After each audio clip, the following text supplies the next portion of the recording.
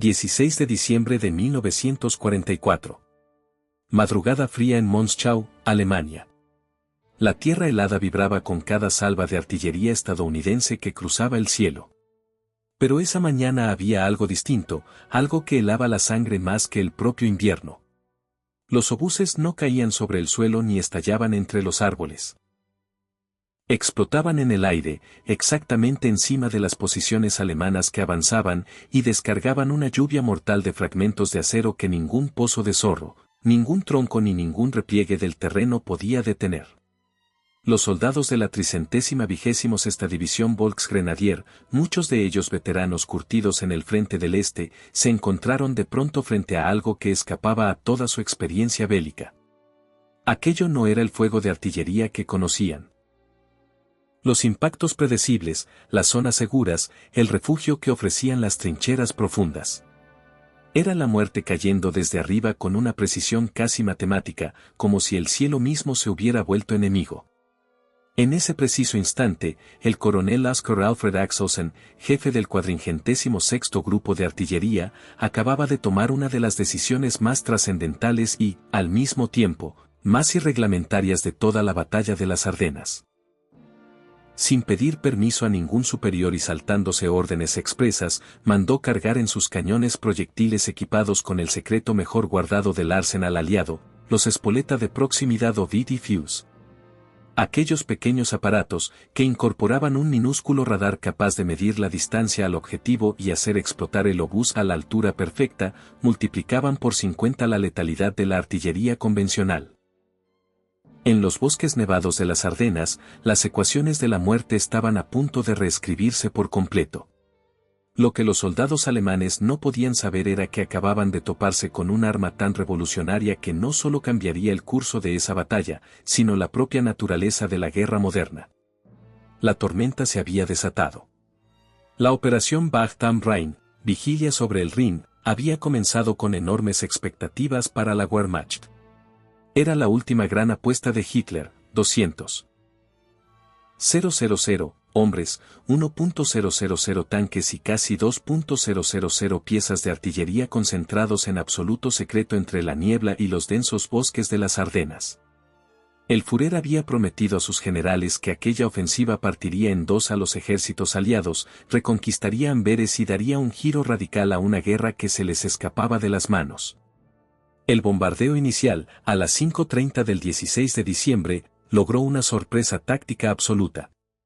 Durante minutos, los cañones alemanes dispararon a razón de 1.600 proyectiles por minuto a lo largo de un frente de 135 kilómetros. La inteligencia estadounidense había fallado estrepitosamente, nadie había detectado la concentración masiva de fuerzas. Muchas unidades de primera línea eran tropas bisoñas o veteranos agotados enviados a aquel sector tranquilo para descansar. Pero en Monschau, el coronel Axelson se enfrentaba a una situación imposible. El 38 grados escuadrón de caballería, una pequeña unidad de reconocimiento, estaba siendo arrollado por fuerzas alemanas muy superiores. La artillería convencional no podía detener el avance. En un acto de pura desesperación, Axelson tomó la decisión histórica, usar sin autorización los proyectiles con espoleta de proximidad. Más tarde tendría que rendir cuentas, incluso enfrentarse a un posible consejo de guerra, pero en ese momento supo que obedecer las órdenes significaba la derrota segura. El efecto fue inmediato y aterrador. Los soldados alemanes que avanzaban en formaciones de asalto clásicas se encontraron bajo un tipo de fuego nunca visto. Los obuses estallaban entre 10 y 15 metros por encima de sus cabezas. Cada explosión generaba un cono de fragmentos que cubría muchísimo más terreno que los proyectiles que reventaban al impactar contra el suelo.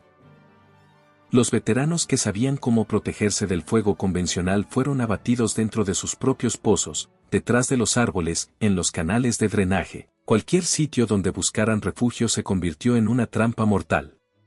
La ciencia secreta de la muerte. La espoleta de proximidad fue el punto culminante de la capacidad científica e industrial estadounidense en su momento más alto. A diferencia de los proyectiles normales, que necesitaban impacto directo o espoletas de tiempo que con frecuencia estallaban demasiado pronto o demasiado tarde, La espoleta de proximidad llevaba dentro un radar completo del tamaño de una lata de café.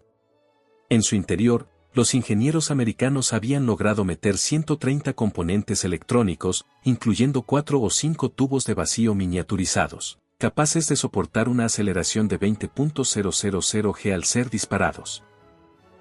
La física implicada era asombrosa. Al salir del cañón, la brutal aceleración rompía una ampolla de vidrio con electrolito que generaba instantáneamente una batería para alimentar el pequeño radar durante todo el vuelo. El laboratorio que lo desarrolló, dirigido por el Dr. Mortwood en el Applied Physics Laboratory de la Universidad Johns Hopkins, trabajó con una intensidad comparable al Proyecto Manhattan. El centro estaba camuflado como un concesionario de coches usados abandonado en Silver Spring, Maryland, y llegó a emplear al 3% de todos los físicos estadounidenses. La seguridad era tan estricta como la del programa atómico. Los trabajadores no podían hablar de su labor ni siquiera con sus familias y cada espoleta llevaba un número de serie único para seguimiento. El desafío técnico parecía imposible. Los tubos de vacío pensados para radios de salón tuvieron que rediseñarse por completo para sobrevivir al disparo de un cañón, girar a velocidades vertiginosas, funcionar con lluvia, nieve o niebla y ser lo bastante sensibles sin detonar antes de tiempo. El gran avance llegó con técnicas de miniaturización que luego revolucionarían toda la industria electrónica. Los tubos del Dr. James Van Allen eran del tamaño de una goma de borrar y, aún así, contenían todo lo necesario. En diciembre de 1944, las fábricas estadounidenses fabricaban 40.000 espoletas de proximidad al día. Más de 100 empresas participaron, desde gigantes como RCA y General Electric hasta compañías más pequeñas como Sylvania o Crossley. El coste del programa alcanzó los $1.000 millones de la época, solo superado por el Proyecto Manhattan. Crisis de autorización y liberación total. El uso no autorizado de Axelson el 16 de diciembre provocó una crisis inmediata en el mando aliado. Había violado órdenes directas que limitaban las espoletas de proximidad al fuego antiaéreo, por miedo a que los alemanes capturaran ejemplares y los copiaran. Pero la eficacia demoledora en Monschau era innegable. El ataque alemán se detuvo en seco y las bajas fueron tan altas que dejaron atónitos a ambos bandos. La noticia llegó rápidamente al cuartel general supremo. El general Eisenhower, viendo cómo se desarrollaba la desesperada situación en todo el frente de las Ardenas, solicitó formalmente la autorización el 19 de diciembre.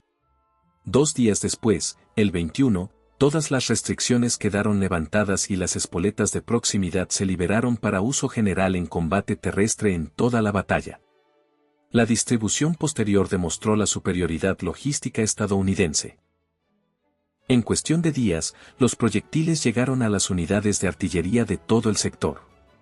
El 463º Batallón de Artillería de Campaña paracaidista en Bastogne recibió su cupo justo cuando el cerco alemán se cerraba.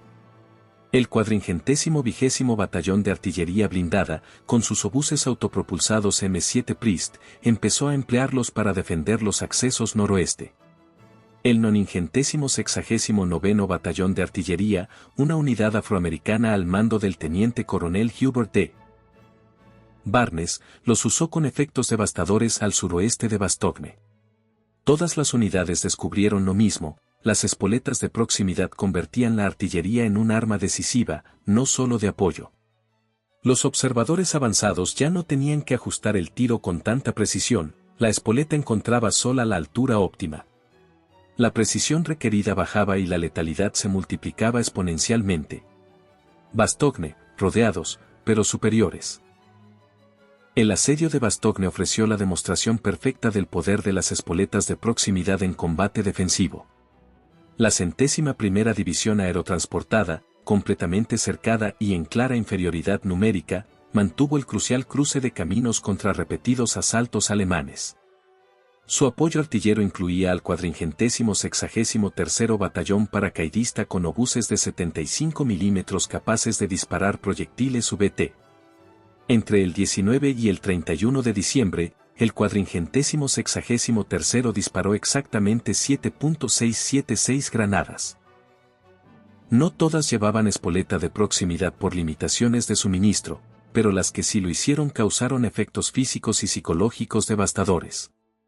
Las formaciones de asalto alemanas se deshacían literalmente bajo las ráfagas de explosiones aéreas, pelotones enteros desaparecían en segundos.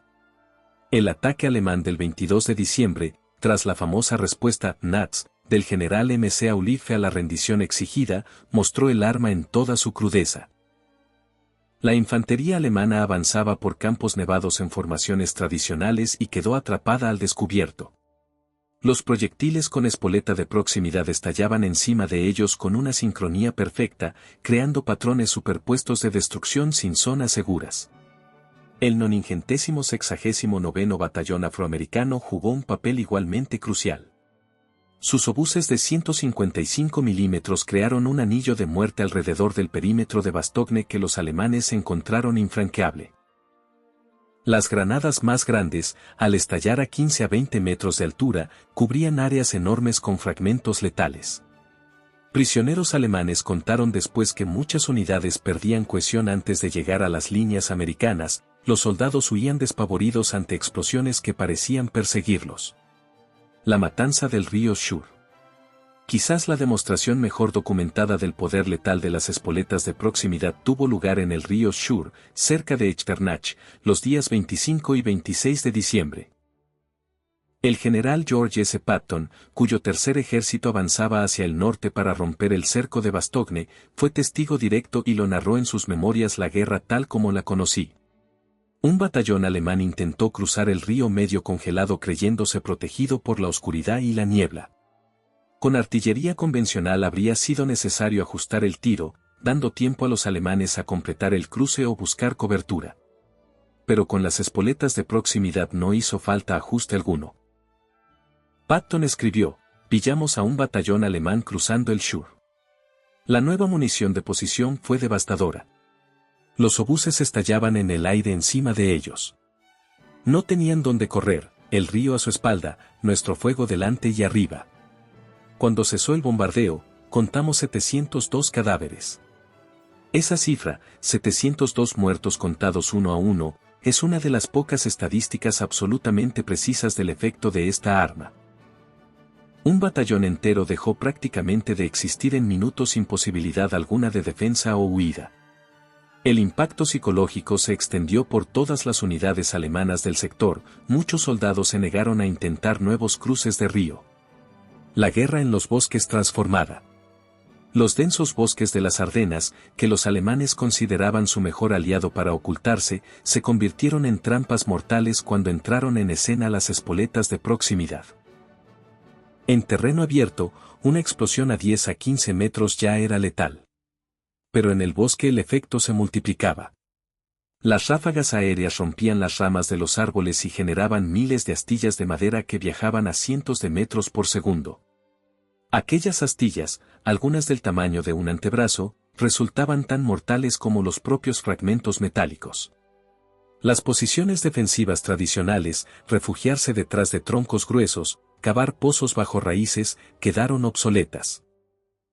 Los fragmentos y las astillas caían desde arriba, anulando siglos de táctica forestal.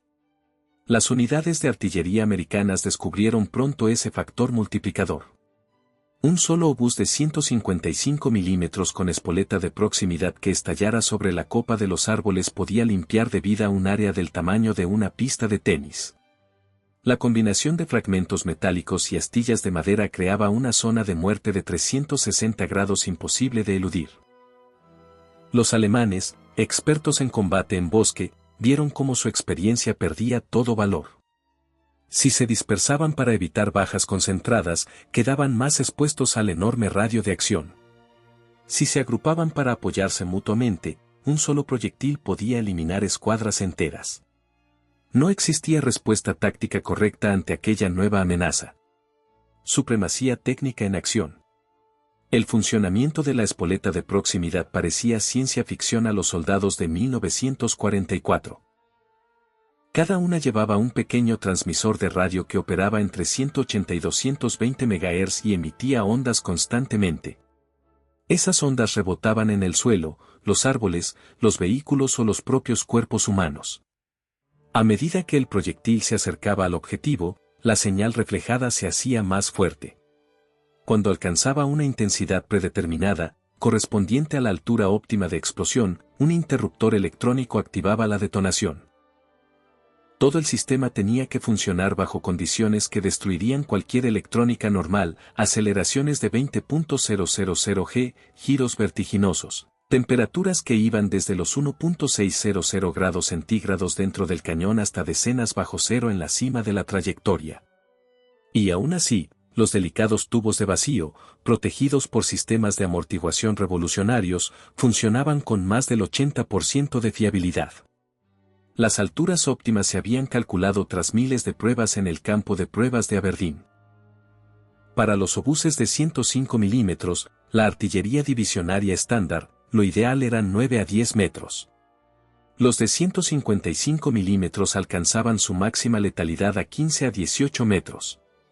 Los raros proyectiles de 240 milímetros causaban efectos apocalípticos a más de 20 metros, capaces de barrer cuadrículas enteras del mapa. Esa superioridad técnica se tradujo directamente en dominio del campo de batalla. Los estudios demostraron que las espoletas de proximidad multiplicaban la letalidad entre 5 y 10 veces respecto a los proyectiles convencionales y aumentaban el área letal por fragmentos en un factor de 50. Fracaso de inteligencia y confusión alemana. El fracaso de la inteligencia alemana respecto a las espoletas de proximidad resultó catastrófico. En diciembre de 1944, unidades de la Wehrmacht capturaron un depósito estadounidense con cerca de 20.000 proyectiles VT. Aquel botín debería haber desencadenado el desarrollo inmediato de contramedidas. En lugar de eso, los expertos técnicos alemanes examinaron las espoletas capturadas y las declararon imposibles. La presencia de tubos de vacío dentro de un proyectil de artillería contradecía todo lo que creían saber sobre electrónica y balística. Concluyeron que los americanos usaban algún tipo de detección magnética o que los componentes visibles eran señuelos. Parte de ese error vino de una ceguera institucional. Alemania había estado por delante en el desarrollo de espoletas de proximidad antes de la guerra. Empresas como Rheinmetallborsig y AEG tenían prototipos funcionales en 1940. Pero una orden de Hitler que cancelaba todo proyecto que no pudiera entrar en producción en 6 meses había acabado con el programa. Los ingenieros alemanes no podían creer que los americanos hubieran resuelto problemas que ellos mismos habían abandonado como insolubles. La ironía era enorme. Los prototipos alemanes usaban un sistema electrostático basado en cambios de capacitancia y habían alcanzado un 95% de fiabilidad en pruebas. De haber continuado el desarrollo, Alemania podría haber tenido espoletas de proximidad en 1941. Hermann Göring reconocería después, durante su interrogatorio, que las espoletas alemanas estaban a solo 3 o 4 meses de entrar en producción cuando terminó la guerra. La catástrofe de Navidad. El 25 de diciembre de 1944 no hubo tregua navideña. Las unidades alemanas que intentaron aprovechar el día para reabastecerse y reorganizarse descubrieron que las espoletas de proximidad no respetaban calendarios. Cocinas de campaña, convoys de suministros y zonas de concentración fueron machacados por bombardeos devastadores que no necesitaban observadores avanzados. Solo el 420º Batallón Blindado disparó más de 1.000 granadas ese día, la mayoría con espoleta VT. Sus obuses autopropulsados Am-7 entregaban fuego rápido y preciso que pilló a los alemanes totalmente desprevenidos. La capacidad de disparar con efectividad sin visibilidad, en plena noche o con mal tiempo, convirtió la artillería en una amenaza a las 24 horas. El impacto psicológico fue brutal. Los soldados alemanes habían aprendido a moverse cuando el mal tiempo impedía volar a la aviación aliada y ver a los observadores. Las espoletas de proximidad eliminaron ese último santuario. La muerte podía llegar en cualquier momento, con cualquier clima y sin más aviso que el breve silbido de los proyectiles. Malmedy y los comandos de élite de Skorzeny. El 21 de diciembre, los comandos de élite del coronel SS Otto Skorzeny, los mismos que habían rescatado a Mussolini y casi capturado a Tito, intentaron tomar Malmedy infiltrándose con uniformes estadounidenses. Eran lo mejor que Alemania podía poner en el campo.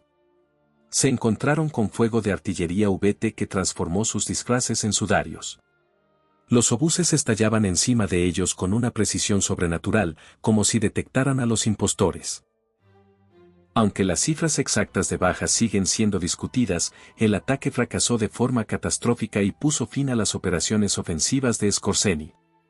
El colapso psicológico entre aquellas tropas de élite fue especialmente significativo. Soldados adoctrinados en la superioridad aérea y entrenados hasta el extremo se encontraron totalmente indefensos ante la tecnología americana. Algunos supervivientes, según testimonios, cargaron directamente hacia las líneas enemigas prefiriendo una muerte rápida al bombardeo continuo. El milagro industrial. La producción de espoletas de proximidad fue un logro industrial comparable a cualquier otro de la guerra. En diciembre de 1944, más de 100 empresas estadounidenses habían reconvertido sus fábricas. Crossley dejó de fabricar neveras para montar espoletas. Emerson Radio pasó de aparatos domésticos a componentes bélicos. Sylvania, RCA y General Electric dedicaron plantas enteras al programa. El control de calidad alcanzó niveles nunca vistos en producción masiva, cada uno de los 130 componentes se probaba individualmente, cada soldadura se inspeccionaba con lupa, y muestras aleatorias se disparaban realmente para comprobar que sobrevivían.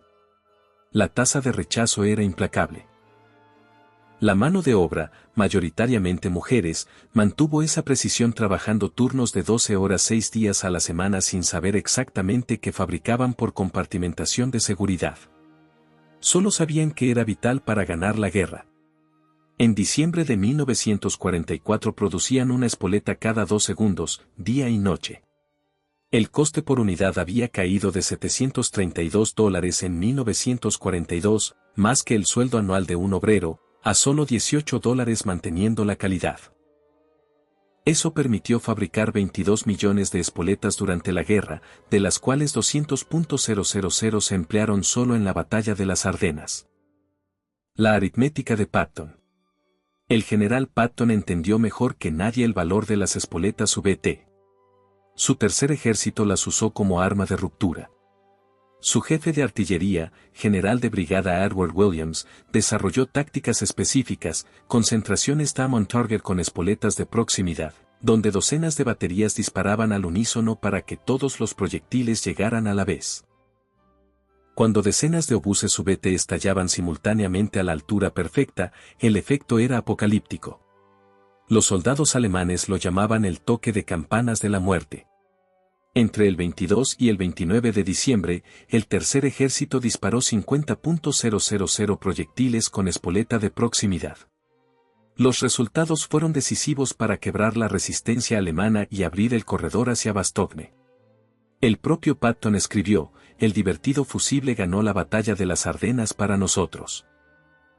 Elsenborn Ridge, la cresta que no cayó. En la cresta de Elsenborn, las espoletas alcanzaron su máxima expresión. Allí, la segunda y la 99ª divisiones de infantería contuvieron terreno clave contra la sexta Ejército Panzer SS, incluida la división de élite primera SS Panzerleibstandarte Adolf Hitler. Durante 3 días, del 17 al 19 de diciembre, la artillería estadounidense disparó 160.000 granadas, de las cuales unas 40.000 llevaban espoleta VT. Ese 25% de proyectiles causó aproximadamente el 60% de las más de 5.000 bajas alemanas. Las matemáticas eran incontrovertibles, las VT multiplicaron por 4 la potencia de fuego americana.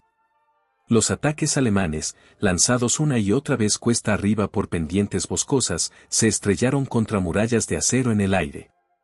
Compañías enteras desaparecieron en segundos, los cadáveres se amontonaban tanto que las oleadas siguientes tenían que trepar sobre sus propios muertos. Tras 3 días, los ataques cesaron. La élite de las Waffen-SS había sido quebrada por tecnología americana. Operación Bodenplatte, el último estertor de la Luftwaffe. El 1 de enero de 1945, la Luftwaffe lanzó la Operación Bodenplatte, 900 cazas atacaron por sorpresa los aeródromos aliados. La sorpresa fue total y muchos aviones aliados fueron destruidos en tierra. Pero al regresar, Los pilotos alemanes se encontraron con murallas de fuego antiaéreo con espoletas de proximidad. De los 277 aviones alemanes perdidos ese día, 172 cayeron por artillería antiaérea, la mayoría gracias a las VT. La tasa de derribos dejó atónitos a ambos bandos. Pilotos entrenados para esquivar fuego predictivo se encontraron con proyectiles que estallaban exactamente donde más daño causaban. La Luftwaffe, ya moribunda, nunca se recuperó de aquellas pérdidas. El secreto roto. A principios de enero de 1945 ya era imposible mantener el secreto. Demasiados proyectiles se habían disparado, demasiados soldados habían visto sus efectos. El 6 de enero, el Departamento de Guerra autorizó una divulgación limitada. The New York Times informó de un nuevo tipo de proyectil que multiplica la efectividad de los cañones americanos sin explicar la tecnología. La inteligencia alemana comprendió por fin la importancia del arma, pero demasiado tarde. Un informe del 10 de enero de 1945 del Foreign Armies Watch decía: los americanos poseen una espoleta de artillería controlada por radio que hace detonar los proyectiles a la altura óptima para efecto antipersonal. Este arma ha causado graves bajas en nuestras fuerzas en las Ardenas. No existen contramedidas eficaces.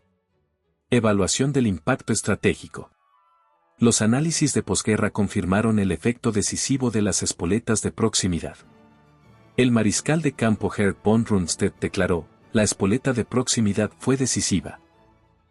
Nuestros ataques se vinieron abajo no por el valor americano, aunque lucharon bien, sino por una artillería que parecía tener ojos.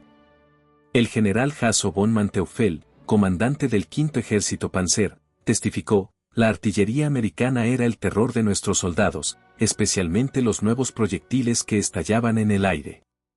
Causaban pánico incluso entre tropas veteranas.